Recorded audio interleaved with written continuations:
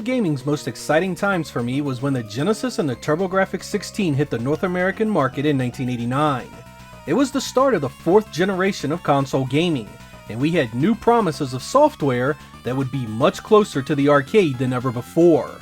While I was instantly captivated by Sega's Genesis, I was also impressed with what I was seeing from NEC and Hudson Soft. It had been out in Japan for quite a while as the PC Engine, so I had already seen some of its games get coverage in various magazines of the time. Many had called it glorified 8-bit technology, but I didn't give a rat's ass what you labeled it. Its games looked great to me, and that's all that mattered. When I finally secured a Turbografx of my own in 1990, I was blown away by its quality. Whether it was original titles like the action platformer Legendary Axe, or the killer arcade ports like R-Type, I was scrounging and saving money like crazy, trying my best to rent games for both new consoles, while buying the odd game here and there when I could. Among one of my earliest Turbografx purchases was a port of Namco's 1988 arcade classic, Splatterhouse, a title that was already scoring big with critics. The home version was developed in-house by Namco, and released on the Turbo in 1990. I was a big fan of scary movies, so I just knew this was gonna be a winner. Just in time for Halloween, we're gonna take a look at this one and see if it's worth your time. I hope you guys enjoy my review of Splatterhouse for the Turbografx 16.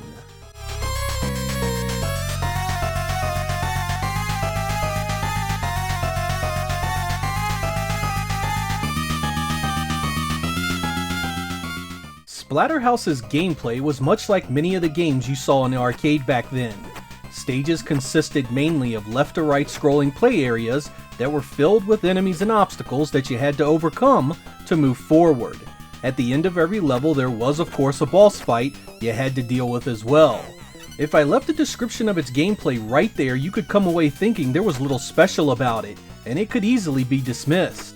But console video games at this point really hadn't tried to be scary or gory. Even when a famous slasher flick was converted to game form, it often was a silly representation of the original media. Splatterhouse had been different though. While the core gameplay mechanics were indeed tried and true, it was the execution that made all the difference. Enemies just didn't flash and disappear when killed. Instead, each one had its own death animation, everything from splatting against walls to their guts rolling out on the floor. You even got weapons to aid you during your killing spree. 2x4s, shotguns, and meat cleavers were available in addition to your normal punches and kicks. It touched upon many aspects of popular horror films of the time as well. The main protagonist looked like Jason Voorhees of Friday the 13th fame, and it hit on topics like curses, possession, and ghost. Even the story went well beyond what you normally saw in gaming. Rick and his girlfriend Jennifer seek refuge during a violent storm. Unfortunately, that happens to be in the West Mansion, site of brutal experiments by a deranged doctor. Jennifer is immediately taken by monsters, Rick is killed, and things couldn't possibly get any worse. Until, of course, an ancient artifact attaches itself to your dead-ass body and brings you back to life, offering you a chance to save the woman you love. It was a simple but glorious setup that many third-generation titles never offered. Also, unlike many games of the time, were alternate routes during gameplay. Not every stage had them, but at certain points you could change up the direction of your adventure.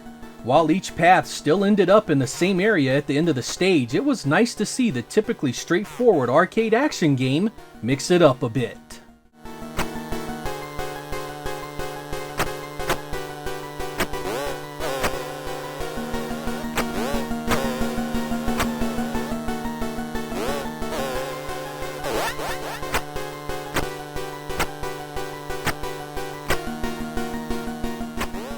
Since this landed not too long after the start of the 4th generation, you can imagine how impressive these visuals were at the time. They just didn't replicate the original arcade well, but also stood strong next to the rest of the software on the Turbografx 16, and indeed against the best on the Sega Genesis. Sprites were large and well animated, backgrounds were detailed and colorful. Years later, finding out this was a mere 4 megabit hue card blew my mind.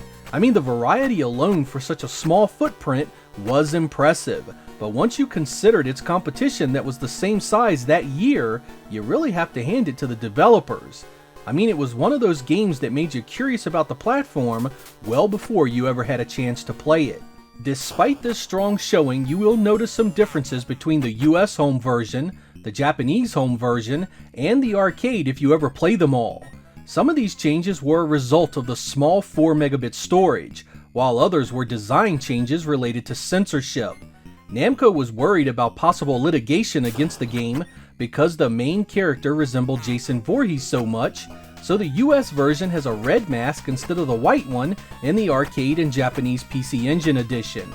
Religious imagery is also censored in the US release. Stage 4 has been altered to look less like a church, and the boss has been redesigned as a floating head instead of an upside down cross. Other visual changes include a simplified opening and ending cinema, and certain animations being cut back from the arcade. These changes are unfortunate but do nothing to hurt the overall presentation. It still looks and runs great, and provided early adopters of the Turbografx 16 something to be proud of.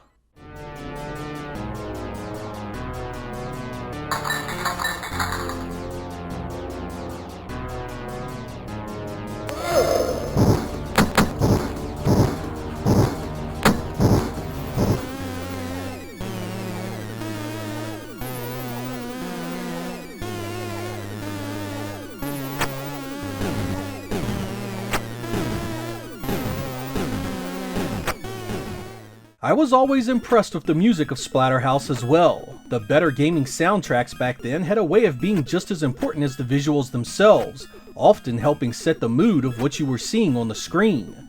I had never really heard anything like it before. It was eerie, creepy, and sometimes just as disturbing as the blood and guts. I always enjoyed the unique music the Turbo could produce, and for the most part it's a winner. Sadly, another side effect of the small chip size was a big hit in the variety of the sound effects. The arcade had many more samples for things going splat and being violently murdered. You won't miss it if you've never played the arcade, but back to back there is a noticeable downgrade. Let's have a listen to a few choice cuts.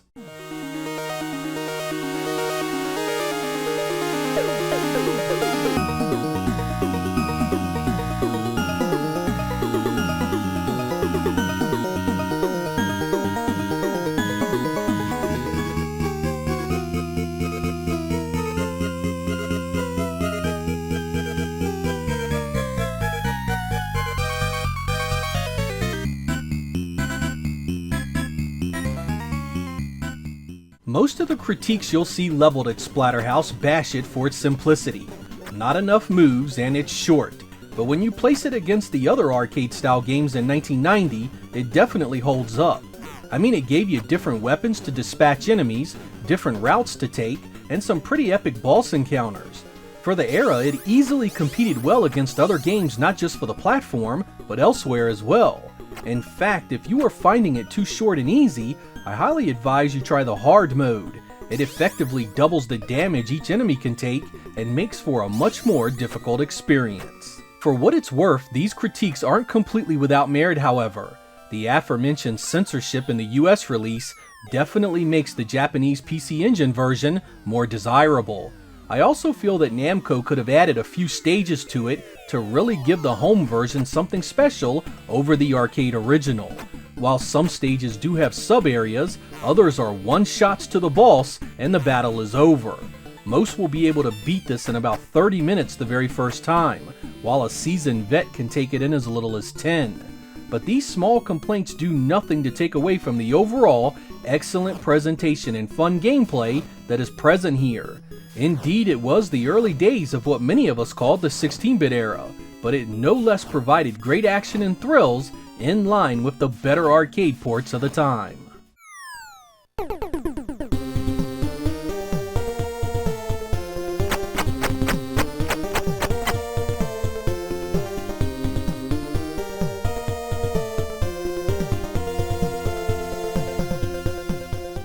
The real strength of this game lies mostly in its easy to pick up gameplay, presentation, and mature themes. It doesn't treat you like a child, particularly deeper in the game when it becomes clear that Rick and Jennifer won't be having a happy ending. Making your way across the West Mansion reveals all sorts of disturbing enemies and areas, from filthy waterways with slime creatures to a chainsaw-wielding madman in the garden. Whereas some claim the gameplay too simple, I'd argue it's just good enough to not get in your way. You are given what you need to fend for yourself, leaving the setting, the creatures, and the freaky atmosphere to do all the heavy lifting. That was okay by me because these things are so well done, they stand up well to the scrutiny. One could argue that later games in the series complicated the formula a bit too much, taking away from the simple charms and appeal seen here. There are a few ways to play this one today, including the recently released Turbografx Mini and the arcade version in Namco Museum for the Nintendo Switch. It's a great one to revisit during the Halloween season if you haven't played it in a while, and a must-play if you have never had the pleasure. I'm Sega X. Thank you guys for watching, and I will catch you next time.